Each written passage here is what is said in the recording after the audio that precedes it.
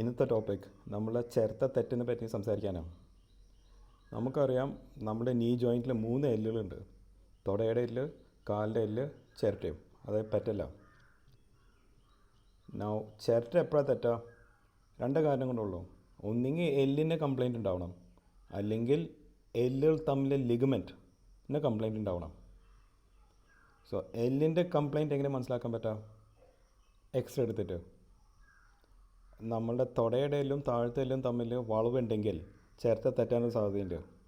നമ്മുടെ ചിരട്ടയും കാലിൻ്റെ എല്ലും തമ്മിൽ നീളം കൂടുതലാണെങ്കിൽ ചിരട്ട തെറ്റാൻ സാധ്യതയുണ്ട്. സോ എക്സ്റേ എടുക്കുമ്പോൾ നമുക്ക് കുറച്ച് കണക്കുണ്ട്, കുറച്ച് മെഷർമെൻറ്റ്സ് ഉണ്ട്. അത് വെച്ചിട്ടാണ് ട്രീറ്റ്മെൻറ്റ് പോവുക. സെക്കൻഡ് പോയിൻറ്റ്, നമ്മൾ MRI എടുക്കും. MRI എന്തിനെടുക്കണം?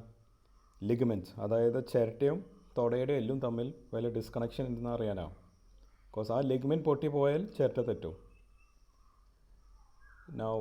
ഇതിൻ്റെ ട്രീറ്റ്മെൻറ്റ് എക്സലൻറ്റ് റിസൾട്ട്സാണ്, നല്ല റിസൾട്ടാണ് കിട്ടുക. കാരണം കണ്ടുപിടിച്ചിട്ടാണ് ട്രീറ്റ്മെൻറ്റ് മുമ്പോട്ട് പോകേണ്ടത്. എല്ല് വളഞ്ഞിരിക്കുന്ന സമയത്ത് നമ്മൾ ലിഗ്മെൻറ്റ് മാത്രം റീകൺസ്ട്രക്ട് ചെയ്താൽ അത് ഫെയിലാവും. കാരണം പേഷ്യൻ്റ് നടക്കുമ്പോൾ ചിരട്ട വീണ്ടും തെറ്റിക്കൊണ്ടിരിക്കും. മറ്റു വശം സെയിമാണ്. നമ്മൾ എല്ലിൻ്റെ വളവ് കറക്റ്റ് ആക്കിയിട്ട് ലിഗ്മെൻറ്റ് ശരിയാക്കിയിട്ടില്ലെങ്കിൽ ചിരട്ട തെറ്റിക്കൊണ്ടിരിക്കും. സോ ചിരട്ട തെറ്റിയാൽ ഏറ്റവും പെട്ടെന്ന് ഡോക്ടറെ കാണിക്കുക, ഫർദറായിട്ട് ഇൻവെസ്റ്റിഗേഷൻസ് ചെയ്യുക. ബിക്കോസ് ഒരു പ്രാവശ്യം സംഭവിച്ചാൽ ഇത് വീണ്ടും സംഭവിക്കാൻ സാധ്യതയുണ്ട്. സോ എത്രത്തോളം ഡാമേജ് ഉണ്ടെന്ന് അറിയാനാണ് നമ്മൾ ഈ എക്സ്റേസ് MRI എടുപ്പിക്കുന്നത്.